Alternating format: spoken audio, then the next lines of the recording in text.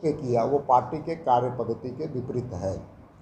मन में कोई बात है किसी के भी प्रति तो आ कर के बंद कमरे में परिवार की बात की जा सकती थी, लेकिन जिन लोगों ने किया वो पहले से ही पार्टी से निलंबित और निष्कासित हो गए। मात्र इस वर्ष 400 लोगों को ही रोजगार देने का काम किया, और जो पिछली सरकार भारतीय जनता पार्टी की राज्य की सरकार थी उनके द्वारा संविदा में रखे हुए टीचर्स, पारा टीचर्स, ऐसे कई नियुक्तियां थी, शिक्षकों के बारे में, महिला कर्मचारियों के बारे में, अनेक जगहों पर जो संविदा में कॉन्ट्रैक्चुअल बेसिस पर रखे गए थे, ऐसे 18,000 लोगों की नौकरियों को बाहर करने का काम, रद्द करने का काम किया। इनकी नियोजन नीति भी जो आई है रोजगार के संदर्भ में वो पूरी तरह से त्रुटिपूर्ण है, और हम कह सकते हैं कि झारखंड के लिए प्रासंगिक नहीं है, झारखंड की माटी के अनुकूल नहीं, झारखंड के लोगों के सामाजिक के अनुरूप नहीं है। और ये नियोजन नीति तुष्टीकरण का एक अंग बन करके दिख रहा है मुझे। वहाँ पर संस्कृत जो देव भाषा है उसको ख़त्म करने का काम किया, हिंदी को ख़त्म करने का काम किया, अंग्रेजी को ख़त्म करने का काम किया, लेकिन उर्दू को उसमें सम्मिलित करने का काम किया है। इससे ऐसा प्रतीत होता है कि ये नियोजन नीति सिर्फ तुष्टीकरण राजनीति का द्योतक है। कानून व्यवस्था के संदर्भ में तय कहना चाहते हैं कि कानून व्यवस्था के नाम की कोई झारखंड में चीज़ नहीं है। 18-19 महीने की सरकार और बलात्कार की घटनाओं की बढ़ती हुई तादाद, 19 महीने में 2900 महिलाओं के साथ बलात्कार की घटना घटी। बलात्कार की घटना घटती है, भारतीय जनता पार्टी के कार्यकर्ता उसके पक्ष में जब खड़ा होते हैं तो उन पर फर्जी मुकदमे डालने का काम करती है। भारतीय जनता पार्टी के प्रदेश से लेकर के बूथ स्तर के कार्यकर्ताओं का 350 लोगों पर एफआईआर दर्ज किए गए। क्यों? क्योंकि जनता की आवाज़ बन करके जनता के लिए जब बात करते हैं तो ये सरकार को नागावार गुजरता है। फर्जी मुकदमे का इनके पास लिम्का बुक में और जिनीस बुक में भी नाम होना चाहिए, इतने फर्जी मुकदमे। रूपा तिर्की के संदर्भ में हम इतना ही कहना चाहते हैं कि रूपा तिर्की को न्याय दिलाने के लिए भारतीय जनता पार्टी का कार्यकर्ता सड़क से लेकर के सदन से लेकर न्यायपालिका के दरवाजे तक भी हम सब लोगों ने दस्तक देने का काम किया, जिसके कारण रूपा तिर्की की जांच सीबीआई से हुई।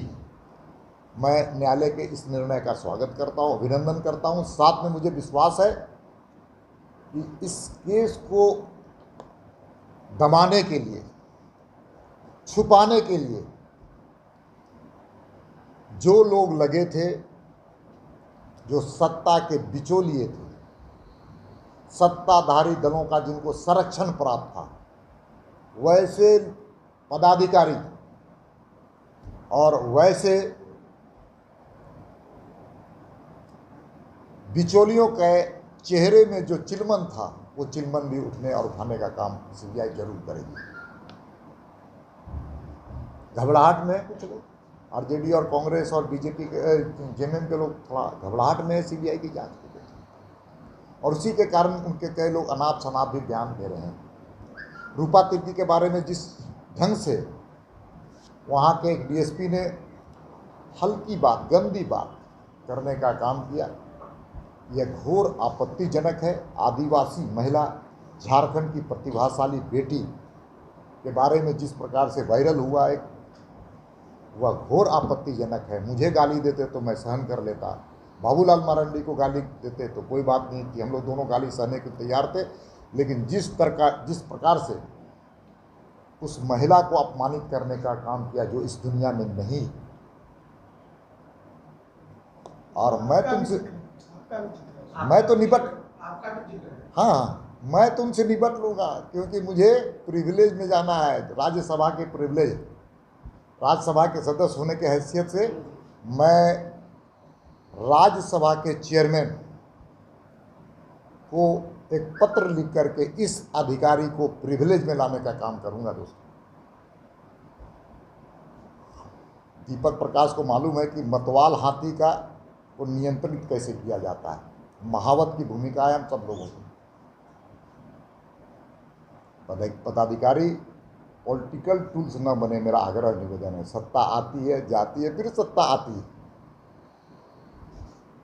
सत्ता कोई किसी के परमानेंट चीज़ नहीं होती है, लेकिन अधिकारियों को जिस प्रकार से पॉलिटिकल टूल्स बनाया जा रहा है, पॉलिटिकल टूल्स बन रहे कुछ लोग, कुछ पदाधिकारी, वह घोर आपत्तिजनक अब नहीं है। बिजली की हालत पूरे प्रदेश में बहुत ही जर्जर है। पूरे प्रदेश में बिजली आती है तो लोग अगरबत्ती लेकर खड़ा रहते हैं कि आरती उतारने के लिए, आरती उतार देंगे, बिजली आ गई, बिजली आ गई। जब तक आरती का लॉ खत्म नहीं होता है तब तक तो बिजली चली जाती है। बिजली देवता ऊर्जा मंत्री कौन है? हेमंत सोरेन जी हैं, मुख्यमंत्री हैं, ऊर्जा मंत्री उन्हीं के पास है ना। तो ऊर्जा मंत्री मुख्यमंत्री हैं और राज्य में आज बिजली की किल्लत बढ़ते चले जा रही है। मैं गोड्डा के संदर्भ में नहीं कहना चाहता हूं कि 25 मेगावाट की ज़रूरत है, कितनी है वो, क्या 70 मेगावाट, और आपूर्ति कितनी हो रही है? 12-13 65 जरूरत है। नहीं, आपूर्ति हो रही है, लोग यहाँ मेंटेन नहीं कर पाता। गोड्डा के संदर्भ में नहीं कहना चाहते हैं कि हम नहीं जानते हैं, जनता आउटपुट जानती है। जनता के पास आज बिजली यहाँ पर 8 से 10 घंटे मिल रही है। जब हमारी सरकार थी तो हम 16, 17, 18 घंटे देने का काम करते थे। जब ट्रांसफार्मर जले होते थे तो तुरंत ट्रांसफार्मर पहुंच जाता था, लेकिन आज ट्रांसफ़र के लिए लोग पैसे ले रहे हैं, पैसे पैरवी हो रही है, उन्हीं को मिल रहा है। अब पूछा जा रहा है कि किस पार्टी को वोट दिया था, और उसके अनुसार पूरे प्रदेश की हम चर्चा कर रहे हैं। वहाँ पर ट्रांसफार्मर देने में भी दलीय आधार पर लोगों को दिया जा रहा है। इससे दुर्भाग्य और क्या हो सकता है? जनता सब, मुख्यमंत्री सबके होते हैं, मंत्री सबके होते हैं, विधायक सबके होते हैं, सांसद सबके जनप्रतिनिधि होते हैं, लेकिन इस प्रकार से भेदभाव करके क्या करना चाहती है सरकार? जर्जर हालत देखिए, सड़कों की हालत भी जर्जर हो गई। आप नई सड़कें नहीं बनाए कोई बात नहीं भाई, औकात नहीं है, बनाने की विजन नहीं है, लेकिन जो सड़कें बनी हुई थी उन सड़कों को मरम्मती करने का आपके पास भी तो मादा होना चाहिए। हम जानते हैं कि इनके पास विजन नहीं है, नई सड़कें कहाँ बने, कैसे बने, जबकि गडकरी जी ने इनको ओपन ऑफर दिया था कि आप सड़कों के संदर्भ में डीपीआर बना के जितना भी आप भेजिएगा, पैसा हम देने में कोई भी देर नहीं करेंगे। लेकिन राज्य की सरकार सड़कों के डीपीआर बनाने का, प्लानिंग करके केंद्र सरकार को देने का भी काम नहीं किए। हम उस बैठक में थे, उस मीटिंग में थे, गडकरी जी ने और प्रधान मुख्यमंत्री की जब चर्चा हो रही थी उस बैठक में मैं था। उन्होंने खुला कहा कि भाई आप जितना भेजो, पैसे की चिंता मत करिए, आपका इतना ही है कि आपका जो राज्य सरकार के जिम्मे में योजना बना करके, डीपीआर बना करके आप भेजो, आप अच्छे अफसर लाओ, अच्छे अफसर के माध्यम से सड़कों का निर्माण करो, पैसा हम देंगे। लेकिन आज तक राज्य की सरकार एक भी योजना बना करके भेजने का काम नहीं किया सड़कों में। आप नया नहीं बनाते हैं कोई बात नहीं, जो पुरानी बनी हुई उसको तो कम से कम ठीक से मेंटेन कीजिए। मैं इसी ज़िले की भी चर्चा कर रहा हूँ, इस ज़िले में क्या हालत है सड़कों की, आप लोग भी उससे, उस दर्द से वाकिफ़ हैं। रोज़ एक्सीडेंट हो रहा है, और क्यों हो रहा है? यहाँ पर तस्करी भी हो रही है बहुत ज़बरदस्त, और उसका कौन है आका? दुमका में बैठा हुआ राजनीतिक शख्सियत जो गोड्डा में स्टोन चिप्स और बालू की तस्करी करवा रहा है। ओवरलोडेड ट्रक चल रही हैं, बड़े बड़े वाहनों से तस्करी हो रही है, और जिसके कारण, ओवरलोड के कारण सड़कों की हालत बदतर होती चली गई। ये झारखंड की जनता देख रही है, संथाल परगना की जनता देख रही है। कौन है वो सर? समय आने पर आप भी जानते हैं, हम भी जानते हैं, समय आने पर आप उसको आप ही उजागर कीजिए। आप भी लोकतंत्र के चौथे हैं, तब आप तो आपको बता दिए थोड़ा आप पर भी रिस्पॉन्सिबिलिटी अभी तो मेरा इतना ही कहना है, ये ओपन फैक्ट है तो इसलिए स्टोन चिप्स की तस्करी हो रही है, बालू की तस्करी हो रही है, खनिज संपदा की तस्करी है। और दारू का मामला, दारू, कोरोना में सभी दुकानें बंद थी कोरोना कालखंड में, लेकिन दारू की दुकानें खुली हुई थी। और दारू का जिस प्रकार से नए ढंग से, नए रूप में, नया रूपांतरण करते हुए नए एग्रीमेंट में दारू का हुआ है मामला, वो पूरा संदेह के घेरे में है और उसका भी तार संथाल परगना से जुड़ा हुआ है।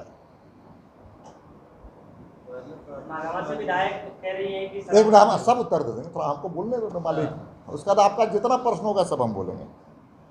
देखिए, यहाँ के इकोनॉमी में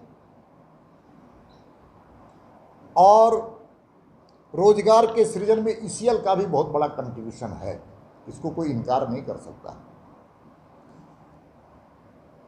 और ईसीएल को आगे भी कोयले के खनन के लिए राज्य सरकार का सपोर्ट चाहिए,